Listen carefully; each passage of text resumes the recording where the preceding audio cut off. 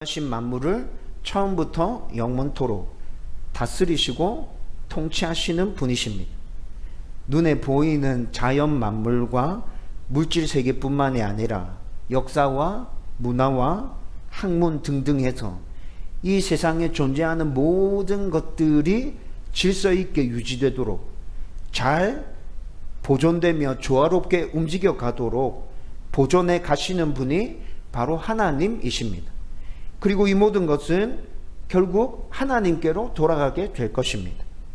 하나님이 만물을 다스리시고 통치하심으로 만물을 통해서 하나님이 계시고 하나님이 세상 만물의 주인이시라는 것을, 그리고 지금도 여전히 그분이 다스리고 통치하고 있다는 것을 온 세상이 알게 될 것이고 그것이 드러나게 될 거예요. 그리고 이것을 깨닫는 피조물들은 자연스럽게 하나님께 집중하고 하나님을 예배하고 그분을 섬기게 될 것입니다. 그분이 받으셔야 하는 합당한 영광을 올려드리게 될 거예요. 이것이 만물이 그분께로 다시 돌아간다는 말입니다. 그러면서 최종적으로 하나님은 이런 분위기 때문에 모든 피조물들은 오직 하나님께만 영광을 올려드려야 된다. 이것이 로마서 11장 36절에 바울이 선포를 하는 것이죠. 그리고 16장 27절 말씀도 이와 비슷하게 하나님께 영광을 올려드리라고 선포하는데, 그런데 16장 27절 말씀에서는 예수 그리스도로 말미암아 하나님께 영광을 올려드려야 된다고 말씀하고 있습니다. 여러분, 이것을 쉽게 설명하면 우리가 하나님께 영광을 올려드려야 하는 이유는 예수 그리스도를 통하여 받은 은혜 때문임을 이야기하고 있는 거죠. 여러분, 이 부분에 대해서는 제가 더 설명할 필요가 있습니까? 예수님이 우리를 위해서 어떤 일을 해주셨는지, 그분이 어떤 분이신데 어떤 모습으로 이 땅 가운데 오셨는지 우리는 너무 잘 알고 있잖아요. 우리를 죄와 죽음에서 영원히 구원해 주시기 위해서 사람의 몸을 입고 낮고 천한 이 땅 가운데 오셔서 십자가에서 죽으시고 부활하심으로 말미암아 우리의 구원과 관련된 모든 일들을 예수님께서 다 이루어 주셨죠. 만약 예수님께서 이렇게 우리를 대신해서 십자가에서 죽지 않으셨다면 우리는 하나님께 나아갈 수도 없고 하나님께 영광 올려드리는 삶을 생각할 수조차 없죠.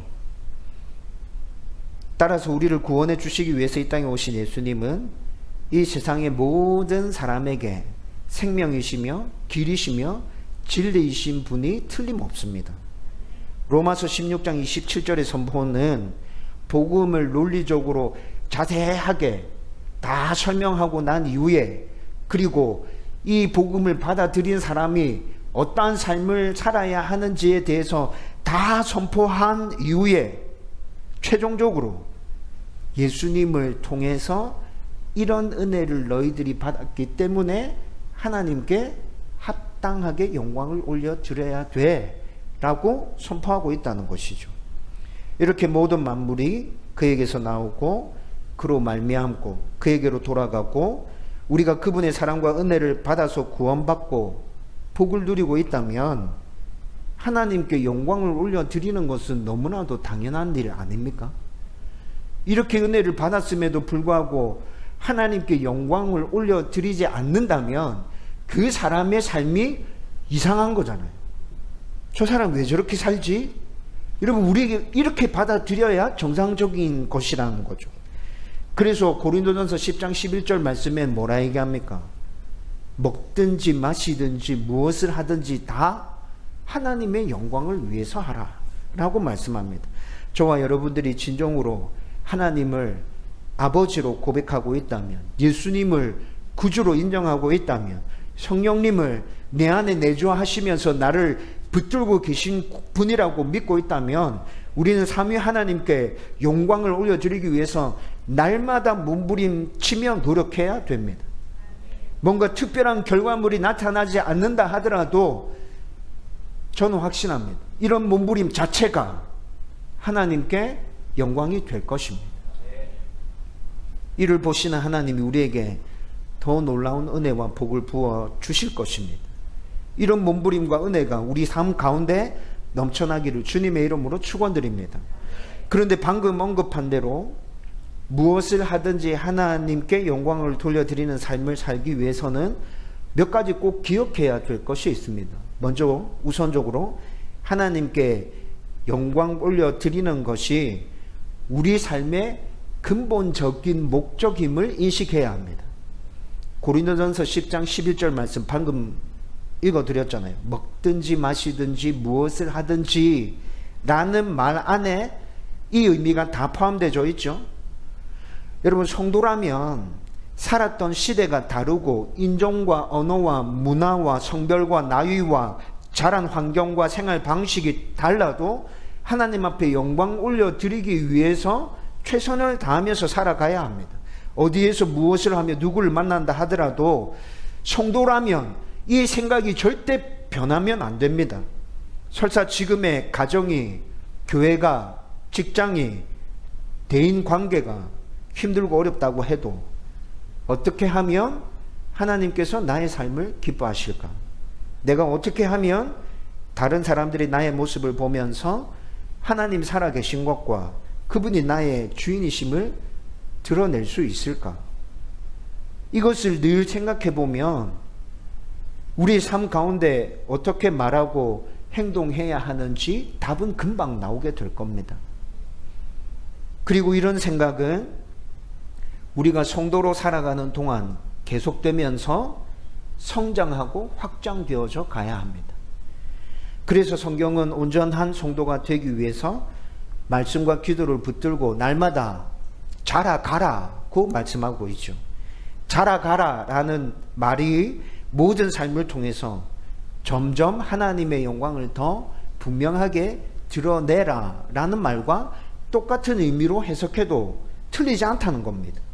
오늘보다 내일이 하나님을 더 많이 알게 되고 더 사랑하게 되고 그래서 그분께 더 순종하게 되고 날마다 조금이라도 이렇게 성장하는 삶을 통해서 하나님께 영광을 올려드려야 한다는 것이죠. 예전에 좋았던 자기 신앙만 생각하고 그 모습만 추억하면서 그랬던 적도 있는데 그러면서 위안을 삼고 있는 성도가 얼마나 많은지 모릅니다. 만약 여러분 가운데 이런 생각을 하는 분이 있다면 지금 당장 하나님 앞에 영광을 올려드리기 위해서 몸부림치는 삶을 살아야 한다는 것을 가슴에 다시 새기십시오. 마지막으로 가장 중요한 것은 하나님께 영광을 올려드리기 위한 결단을 실천해야 한다는 것입니다. 실천하지 않는 결단과 계획은 아무리 좋고 거창한 것이라고 하더라도 우리 삶의 아주 작은 변화조차도 일으키지 못하는 그냥 쓰레기에 불과한 것이죠. 어떻게 하면 나의 모든 삶에서 하나님이 영광 받으실 수 있을까? 잘 생각해 보면 우리 삶의 굉장히 사소한 부분에서부터 할 수 있는 것이 정말 많습니다. 매일 반복되는 사소한 일상에서 하나님 앞에 영광 올려드릴 수 있는 부분들을 찾아서 그것부터 실천하기 시작하면 시간이 지나면서 하나님 앞에 영광 올려드릴 수 있는 일들이 더 많이 보이게 될 거예요. 그리고 이렇게 모든 삶 가운데 하나님의 영광을 드러내며 살기 위해서는 성경적으로 생각하는 습관을 길러야 합니다. 여러분, 제가 성경적으로 생각하는 습관에 대해서 여러 번 말씀드렸죠. 제일 처음에 뭐부터 생각하라고요? 어떤 일을 하거나 어떤 것에 대해서 결정해야 될 때 뭐부터 생각하라 그랬어요? 옳은 일인가? 그른 일인가? 나에게 유익이 되는가? 그리고 다른 사람에게도 유익이 되는가? 예수님이라면 어떻게 하셨을까? 하나님이 기뻐하시는 일이 맞는가? 이 일이 맞춰졌을 때 하나님의 영광이 드러날 것인가? 여러분, 이렇게 몇 가지만 생각해 보면 금방 결정할 수 있어요. 내가 해야 되는 일인지 아니면 하면 안 되는 일인지. 여러분, 이렇게 성경적인 생각은 어려운 것이 아님에도 불구하고 여러분, 이렇게 생각하기 시작하면 세상적인 것과 충돌하는 것들이 굉장히 많이 생길 거예요. 여러분, 그런데 그 충돌하면서 여러분들이 지지 않기를 주님의 이름으로 축원드립니다. 이겨나가면 하나님의 은혜를 경험할 수 있습니다. 하나님의 살아계심을 경험할 수 있다고요. 이렇게 성경적인 생각을 하면서 내 삶 가운데 일어나는 여러 일들에 대해서 하나님의 영광을 드러내기 위해 질문하기 시작하면 우리가 어떻게 살아가야 하는지에 대해서는 굉장히 많은 답을 찾을 수 있게 될 겁니다. 이런 모습 자체가 하나님 앞에 영광이 되는 삶이라는 것이죠. 저와 여러분들이 이렇게 몸부림치며 하나님의 영광을 위하여 살아갈 수 있기를 주님의 이름으로 축원드립니다. 이제 이 문제를 지금 우리 교회의 상황으로 가져와서 한번 생각해 보십시다. 예전보다 더 넓고 좋은 예배당인 이곳은 우리 교회의 현재 성도 수만을 생각해 보면 운영이 버거운 것이 사실입니다. 물론 제가 여러 번 말씀드렸는데 외부에서 들어오는 헌금까지 다 계산하면 충분히 여유 있게 이곳을 운영하고 감당하고 나갈 수 있습니다. 그런데 우리 성도들 숫자만 생각해 보면 조금 어려운 부분이 있다는 거죠. 여러분, 이런 부분이 있어서 한편으로는 너무 무리하게 옮겨온 것 아닌가? 라는 의문을 제기할 수 있는 상황이 분명히 맞습니다. 근데 또 다른 모습이 있었죠. 또 다른 모습은 어떤 거였어요? 예전에 우리가 예배드렸던 그 예배당에 어른 성도들과 함께 아이들까지 다 합쳐서 70여 명의 정도 예배 드리기에는 분명히 공간이 협소했어요. 그래서 이렇게 상황적인 면과 우리가 생각으로 할 수 있는 것들 가지고 하나님 앞에 질문하기 시작했죠. 하나님의 뜻을 묻고 몇 번의 확인을 거치면서 신중하게 이전을 결정했고, 이전과 관련한 모든 일을 통해서 하나님의 영광이 드러나면 좋겠다는 생각을 가지고 오하영 시즌1 프로젝트를 시작한 것 아닙니까? 보통 많은 목사님들이 말은 절대로 그렇게 하지 않습니다. 그런데 이전과 건축을 통해서 성도 수를 늘려고 하는 것이 사실입니다. 저도 이전을 생각하면서 자연스럽게 이에 대한 생각이 제 머릿속에 들어왔습니다. 좋은 곳으로 옮겨가면 빨리 성도가 늘 수 있겠구나. 여러분, 그런데 요즘 아침마다 계속 기도하면서 제가 확인하고 있는 것은 하나님으로 기뻐하는 목회를 할 수 있었으면 좋겠다. 제가 이것도 자주 말씀드렸죠. 상황의 어떠함에 따라서 나의 기분이 좋았다가 우울해졌다가 그렇게 반복되는 게 아니라, 성도가 많아졌다고 기분 좋고 성도가 빨리 늘지 않는다고 우울해서 힘 빠져 있고 그런 게 아니라, 그냥 하나님 때문에 늘 좋았으면 좋겠다, 늘 기뻤으면 좋겠다. 이곳에 옮겨와서 3주 정도 계속 아침마다 그 기도를 하고 있습니다. 성도 수가 빨리 늘 수 있을 거야 라는 생각을 그렇게 떨쳐내고 있습니다. 상황적으로 꼭 필요해서 교회를 이전하고 건축을 했다 해도 그 일들을 진행하면서 불법과 편법이 있을 때 그냥 묵인하는 목사님들, 더 나서서 자행하는 목사님들도 있죠. 몇 번의 건축 과정을 거치고 난 다음에 어떤 목사님은 교회 건축과 관련해서는 내가 제일 잘한다, 이렇게 해야 돼. 그런데 그렇게 얘기하는 상당히 많은 부분이 편법이라는 거죠. 근데 그렇게 해야 교회 건축을 할 수 있답니다.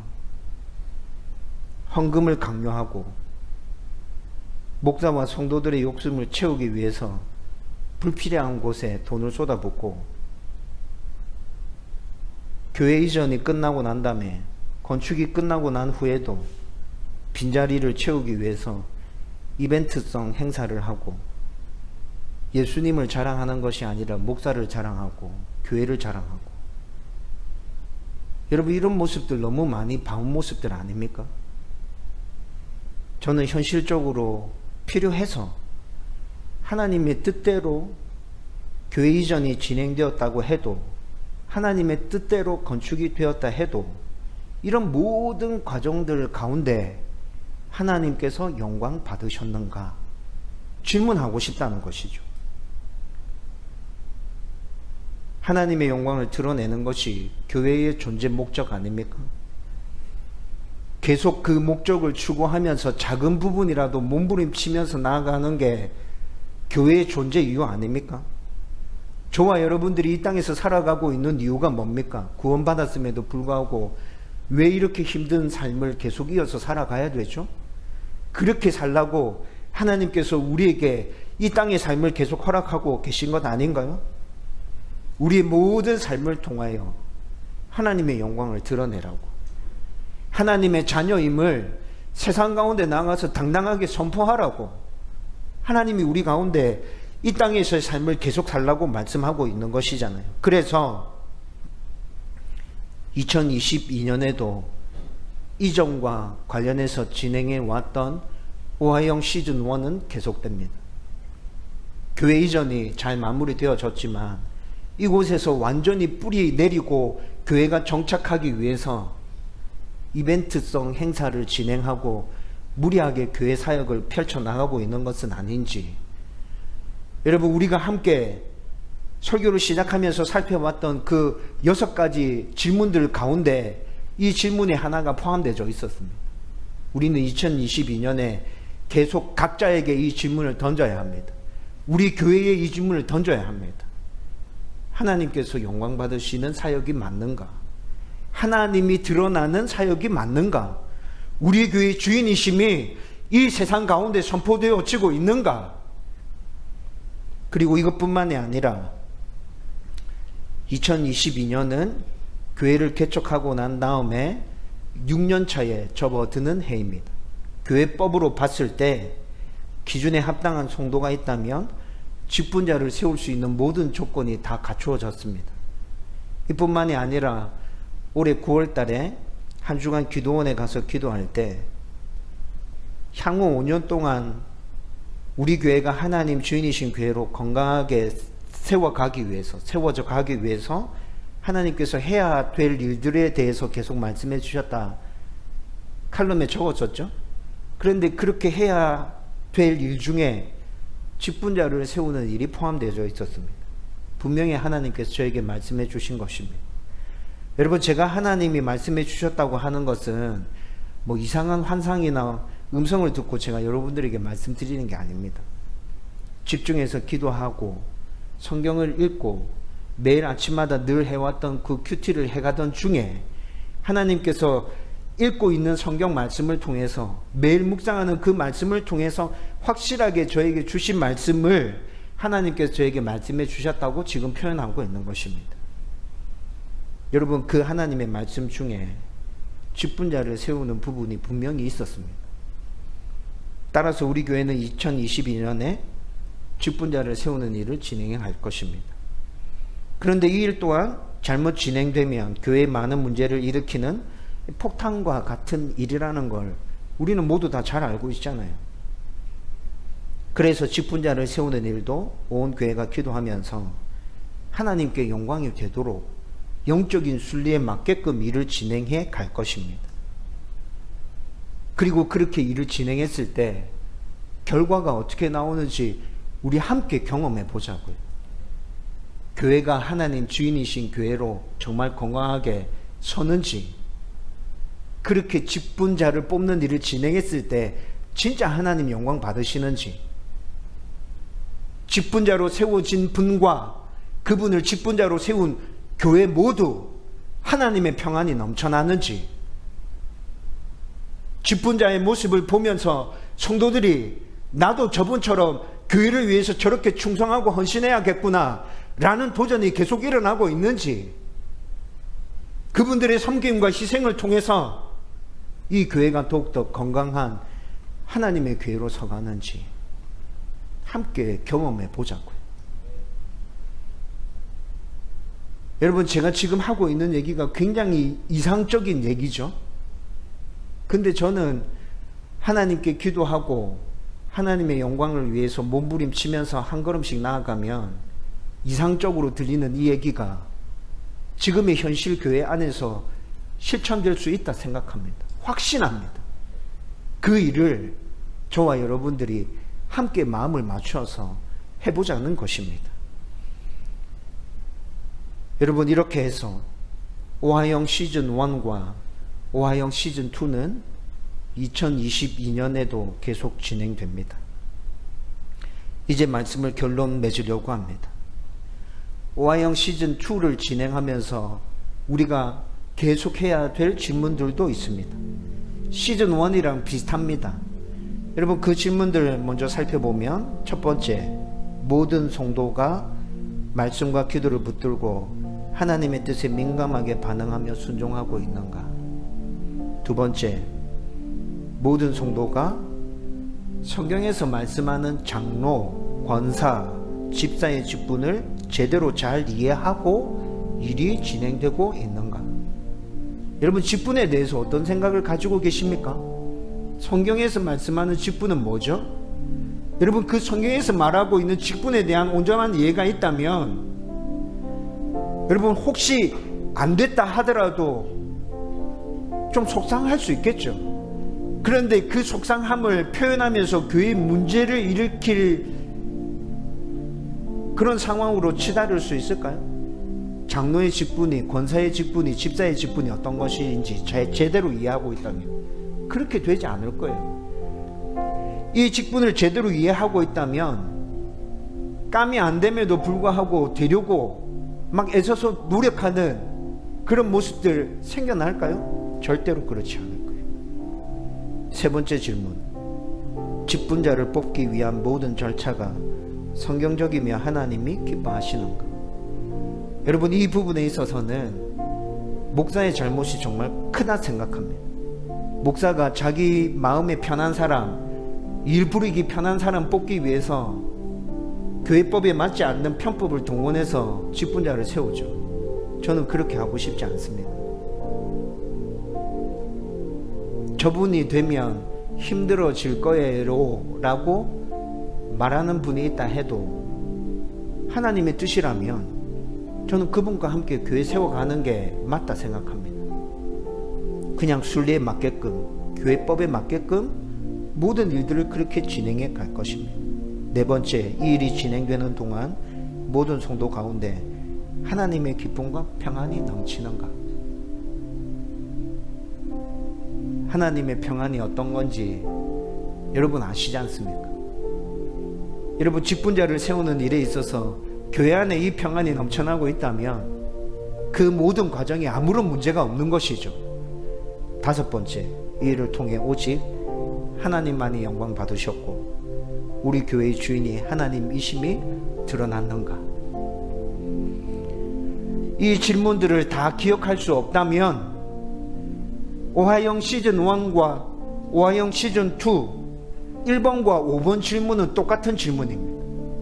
여러분, 이 두 질문만 기억해도 상관없습니다. 다시 읽어드립니다. 두 질문, 모든 성도가 말씀과 기도를 붙들고 하나님의 뜻에 민감하게 반응하며 순종하고 있는가? 마지막 다섯 번째 질문, 이 일을 통해 오직 하나님만이 영광 받으셨고 우리 교회의 주인이 하나님이심이 드러났는가? 여러분, 이 질문을 날마다 우리 가운데 던지면서 작은 부분에서라도 하나님의 영광을 드러내기 위해서 2022년 몸부림치면서 한번 살아보십시다. 어떤 일이 일어나는지 우리 삶 가운데 직접 경험해 보자고요. 그러고 난 다음에 하나님이 나의 삶 가운데 어떤 분이신지 다시 우리의 믿음의 고백을 얹혀서 하나님을 고백하며 그분 앞에 영광을 올려드리자고요. 저와 여러분들이 하나님을 온전히 기뻐하고 즐거워하고 그분 앞에 영광 올려드릴 수 있기를 주님의 이름으로 축원드립니다.